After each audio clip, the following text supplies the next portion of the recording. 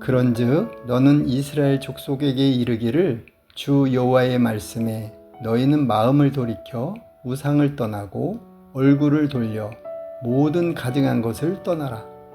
이스라엘 족속과 이스라엘 가운데에 거류하는 외국인 중에 누구든지 나를 떠나고 자기 우상을 마음에 들이며 제약의 걸림돌을 자기 앞에 두고 자기를 위하여 내게 묻고자 하여 선지자에게 가는 모든 자에게는 나 여호와가 친히 응답하여 그 사람을 대적하여 그들을 놀라움과 표징과 속담거리가 되게 하여 내 백성 가운데에서 끊으리니 너희는 내가 여호와인 줄을 너희가 알리라. 만일 선지자가 유혹을 받고 말을 하면 나 여호와가 그 선지자를 유혹을 받게 하였음이거니와 내가 손을 펴서 내 백성 이스라엘 가운데에서 그를 멸할 것이라. 선지자의 제약과 그에게 묻는 자의 제약이 같은즉 각각 자기의 제약을 담당하리니 이는 이스라엘 족속이 다시는 미혹되어 나를 떠나지 아니하게 하며 다시는 모든 죄로 스스로 더럽히지 아니하게 하여 그들을 내 백성으로 삼고 나는 그들의 하나님이 되려 함이라. 주 여호와의 말씀이니라. 아멘. 샬롬. 오늘도 주 안에서 승리하시는 귀한 날 되시기를 바랍니다. 에스겔 14장 6절에서 11절 말씀을 통해 하나님의 마음을 함께 나누기를 원합니다.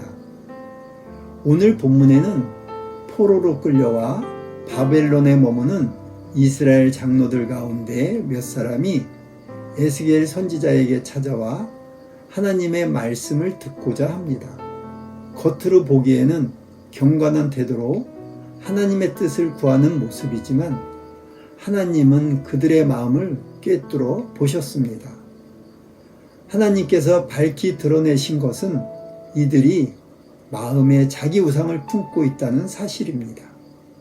그 우상은 단지 외적인 조각상이 아니라 그들의 중심에 자리한 자기 중심성, 세속적 욕망, 탐심이었습니다.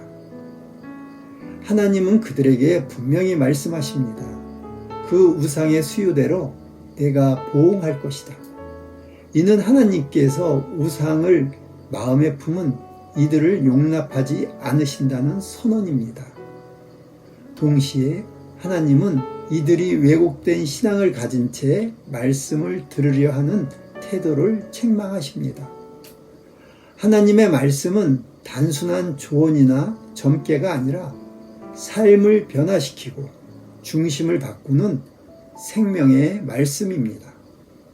그러나 이들은 자신들의 뜻을 강화시키기 위한 도구로 말씀을 취하려 했고 결국 하나님을 배반하게 되는 결과를 초래한 것입니다. 하나님께서는 마음에 우상을 품는 것을 세 가지로 정의하십니다. 첫째, 자기를 위한 우상입니다. 이는 하나님의 영광이 아닌 자신의 유익과 만족을 위해 예배하고 봉사하는 모습입니다. 둘째, 제약의 걸림돌입니다.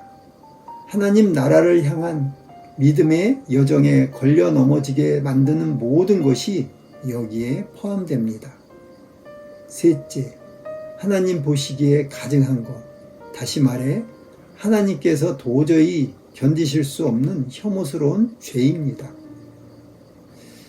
하나님은 이렇게 말씀하십니다.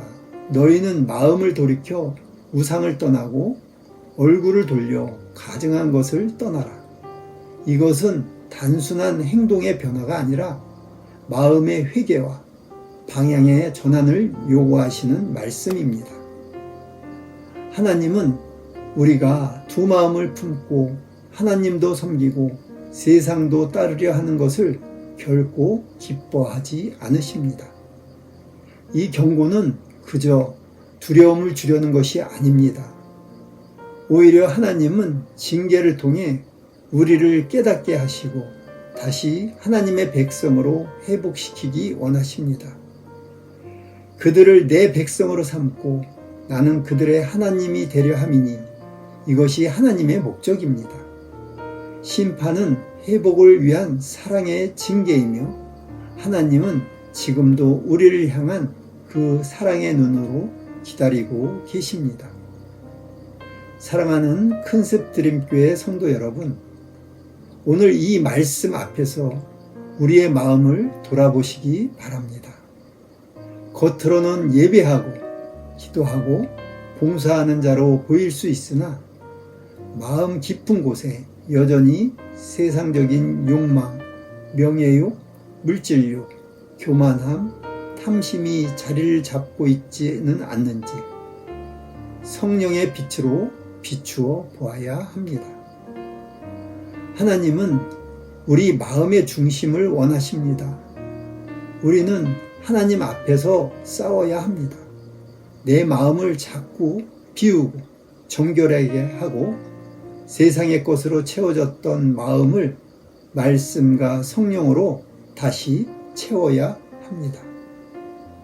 하나님만이 참 하나님이시며 예수 그리스도를 통해 우리를 그분의 백성 삼으시고 영원히 책임지시는 분이심을 믿습니다. 그러므로 오늘도 다시 하나님 앞에 나가기를 원합니다. 이 땅의 것, 육신의 정욕과 세상의 가치들을 버리고 믿음으로 싸우며 하나님의 뜻을 따라 살아가는 하루 되시기를 바랍니다. 기도하시겠습니다.